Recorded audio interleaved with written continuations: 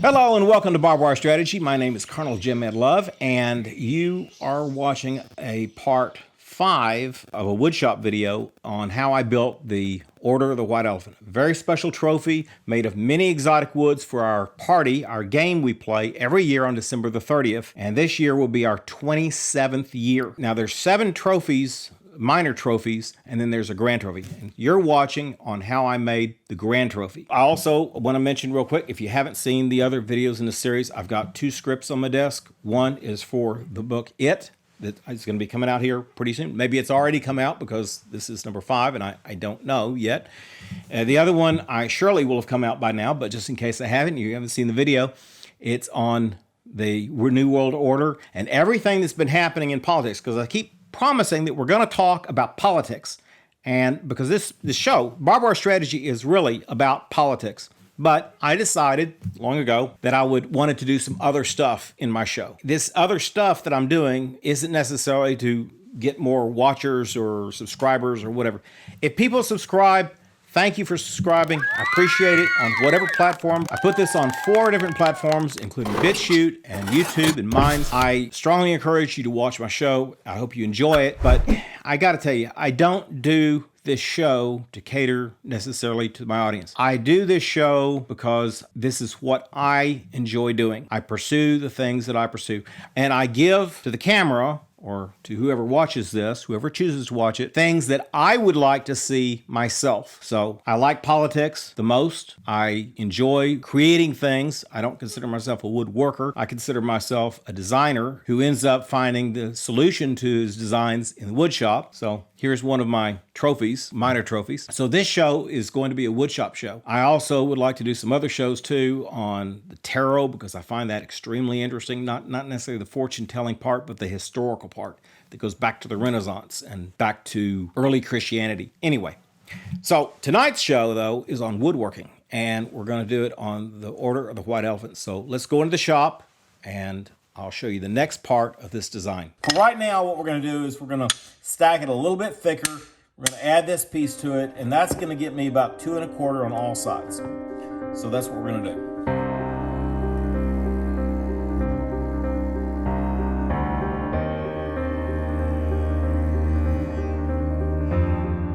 Again, we're going to put this back in the vise. I've put this together. We're going to keep it even, and this will be hopefully the last time I'll have to put this block in here. I had thought that we were going to be able to do the sides, and there would just be a little bit of sanding when I get this finished out. But we'll have to let this set for a day or so. Hopefully not. I won't let it sit too long, because I need to get this thing turned pretty quick. But I also need to get those other trophies turned. Bring that up just a little bit. There we go. There's where I want it to be. Just stay there. There we go. All right, now we'll put the tight squeeze on it. Oh. There we go. We'll let that set for a day or 2 or 3, hopefully not longer than that. Let's set up, and then we'll put the other parts on over here on the side, and then we'll square it up. So there we go. All right, back to our trophy. This is our column for our main trophy, the Order of the White Elephant, as we call it. And I'm going to go ahead and take this out. It's been in there for, what was it, yesterday? I think it's only been in there for a day. Anyway, I'm going to go ahead and take it out, because I'm going to run dowels through this anyway later on. So I want to go ahead and get this smoothed off, and I'm going to glue that first piece on here because I need to get moving on this trophy. All right, now you can see here I've got this all set to go. This piece right here will go. Let me see. Oh, that's a little bent here, but I'm gonna put it on the bowed side. So we're gonna put that right there in the middle. I'm gonna glue that up for you, and I'm gonna put that in. Yeah, I'll probably put it in the vise. Yeah, I'll put it in the vise for now, and then we'll do the other part tomorrow.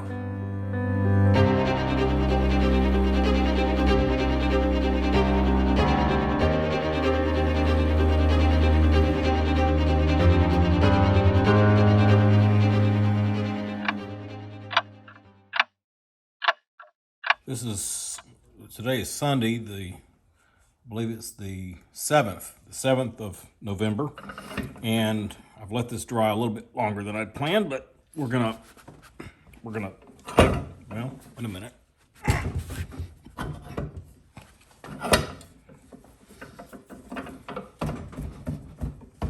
Got it locked in there tight.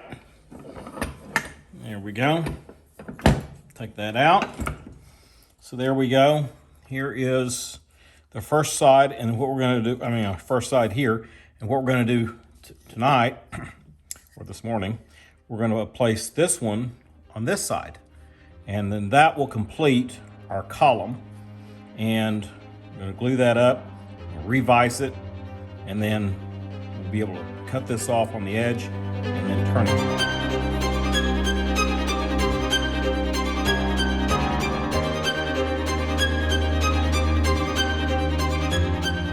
Now, we're going to set this back in the vise, let this cure for a couple of days, and then we're going to run some dowels through it. Always have that giveaway on the vise when you go in here. It's under tension, and then for some reason when you're screwing it in, it always gives away some. There we go.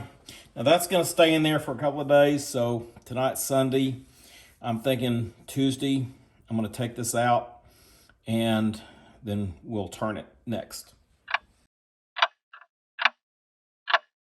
Here we are. Let's go ahead and take this out. It's been in here since last Sunday, and it's been a whole, 5 days. It's definitely cured by now.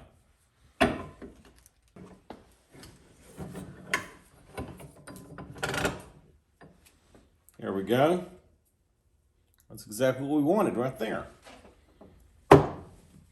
That is exactly what we were looking for right there. Now, the next thing I need to do is I've got to shear this off and make it square.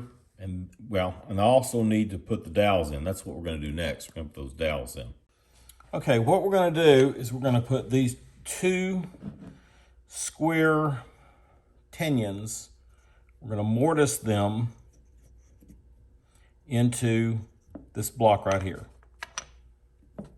And so that means that they're going to penetrate through these slices right here. So basically they're going to go through all the wood like that. And I'm going to use my mortiser.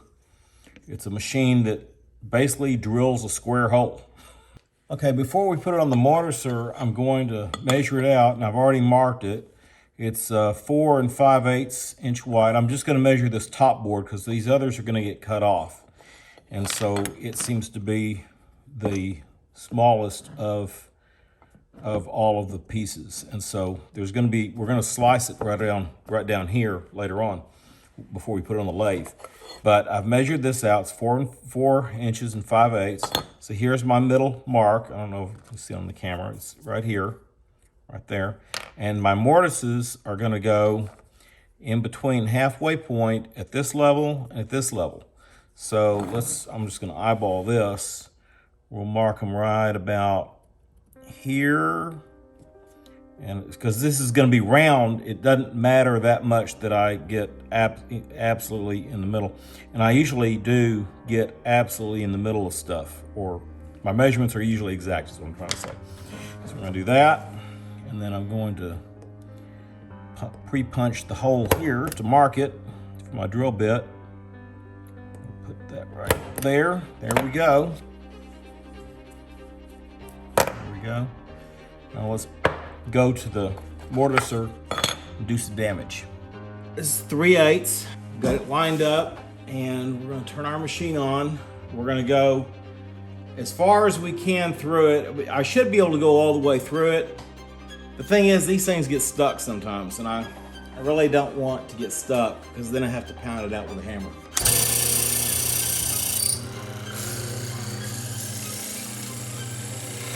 Now it's best whenever you're doing this, go in and then come out. And that way it reduces the chances of you getting stuck.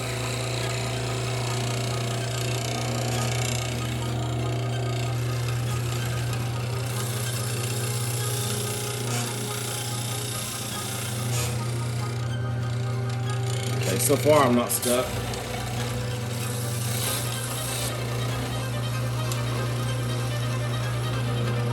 And there we go.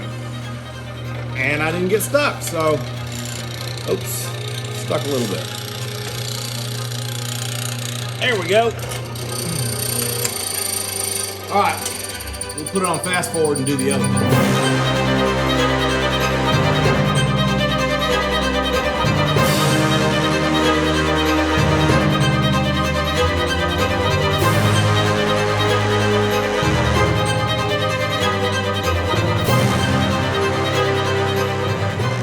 Okay, I had to do a little prep work on these and just get them right, and which I'm going to talk about that in just a second.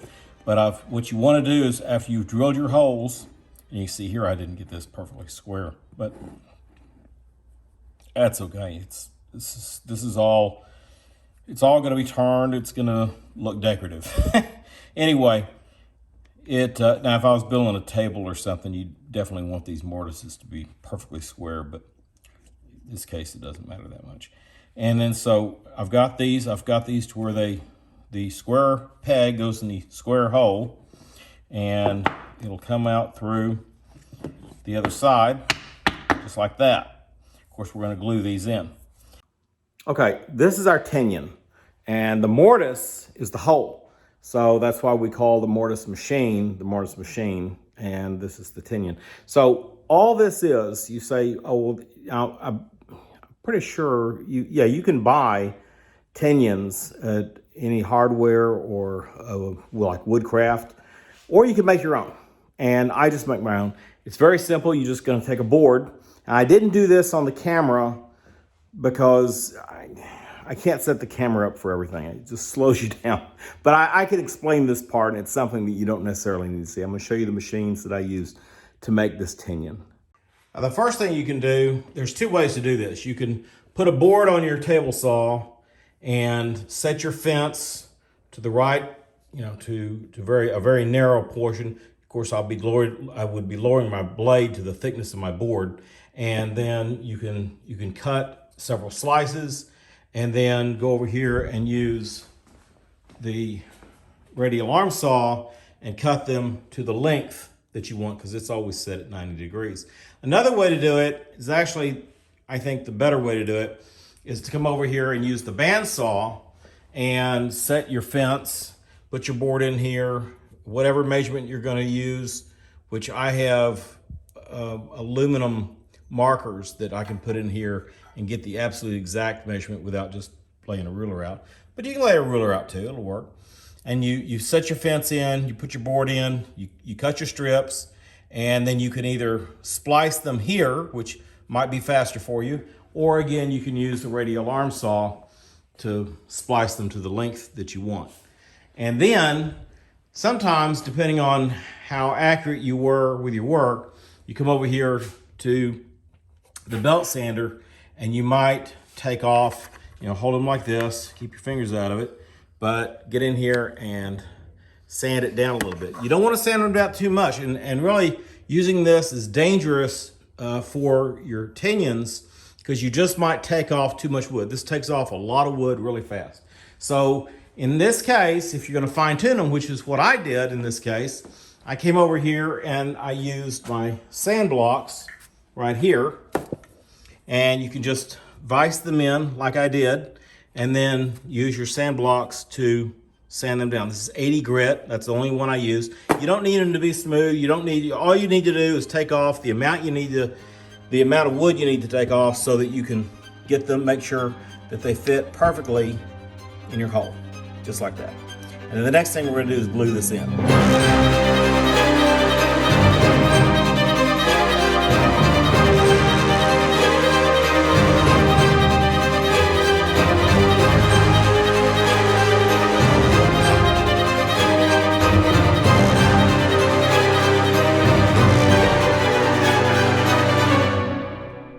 Well, that's all we have for tonight in this episode. Join me next time when we'll look at part 6 of how to build the Order of the White Elephant Trophy. I hope you enjoyed it up to now. If you haven't watched the episodes before this, as I said, go back and watch them so you know exactly where we are, especially before we get to part 6 in the future. So anyway, my name is Colonel Jim Edlove. This is Barbed Wire Strategy. We'll see you in the next show. Good night.